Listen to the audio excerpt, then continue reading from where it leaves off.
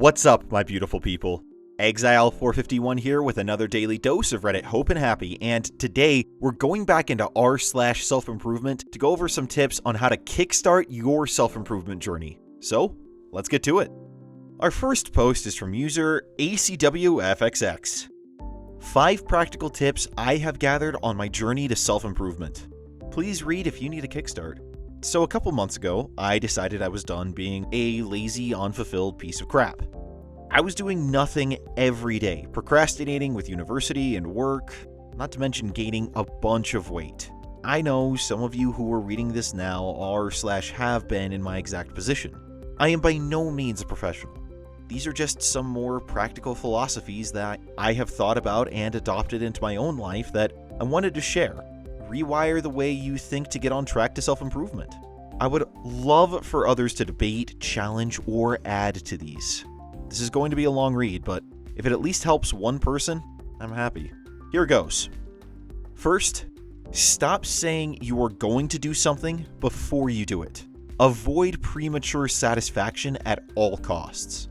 As we already know, our brains do respond to reward systems when you get a task/tasks done. It's good to reward yourself after that. However, a problem that I constantly found myself falling victim to is giving myself the satisfaction of doing something without even doing it. For example, you say to a friend, "Today I'm going to do a 5K run and finish my history essay."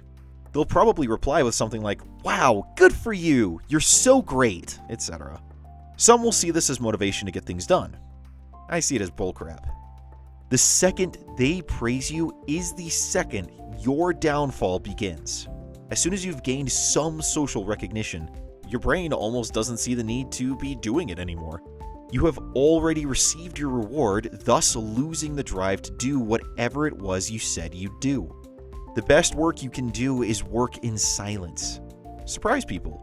Shock them with those rock-hard abs you've been training relentless months to achieve. It will be far more worth it. Second, realize that you are the only person responsible for your own actions and that you are all you truly have. Just realize this as soon as possible. Please, don't let other people's excuses become your own. If you make decisions to put off an assignment that you both have due next week, do not follow suit.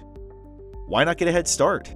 You aren't both handing in the same work, so be accountable. Take control and get that crap done. Just because someone else is slacking off doesn't mean you can too. You know yourself best and should act accordingly. It won't hurt to suffer a little whilst someone else is sitting back and slacking off. It will catch up to them.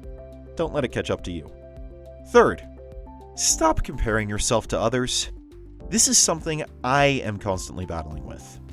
You hear it all the time, but most of you wouldn't even realize you're doing it, as a lot of the time the comparisons you're making are happening in your subconscious mind. True story, I have somewhat of a perfect friend, and I mean perfect. He's bold, calculated, naturally genetically handsome and ripped, creative, funny, great with the ladies, good at everything he does. You get the gist.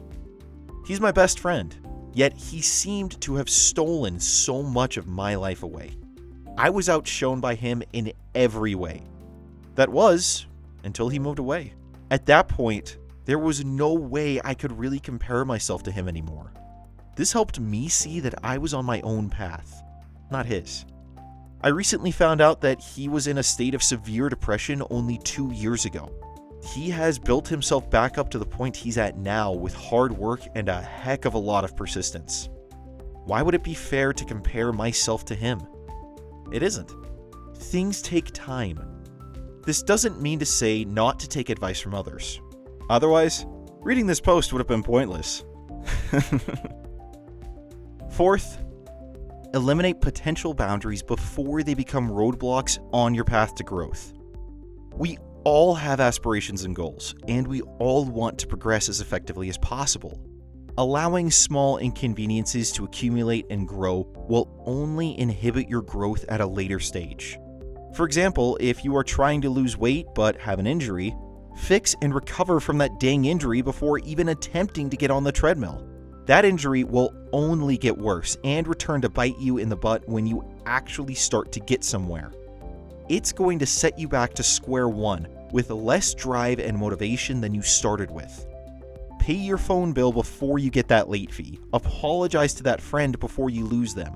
Fix that weird noise in your car before it breaks down.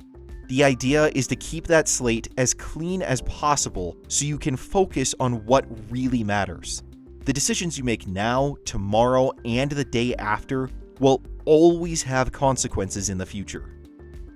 Fifth, vow to challenge yourself at least once a day. This rule, above all else, is the single most valuable piece of advice I could give, and is by far the most effective. Living within the confines of your comfort zone is the most detrimental act an individual can do to limit their growth. You may as well shoot yourself in the foot. Staying in your comfort zone means being comfortable, and when you are comfortable, why would you want to leave? You're comfortable. It's far too easy to stay this way. Being comfortable is a survival instinct innate in humans. It helps us stay alive. But when you never leave, you are never uncomfortable and therefore never push yourself past what you thought you were capable of. This is where repetition comes into play. When you put yourself in an uncomfortable position every day, no matter what, you will learn to be comfortable in the uncomfortable. Being in this state is vital to growth. It helps you overcome situations where being uncomfortable may have pushed you away. Whatever your comfort zone is, try to leave it at least once a day. I promise you, you will get results. You are going to fail, but that too will become the norm eventually. A great place to start is with the cold shower method.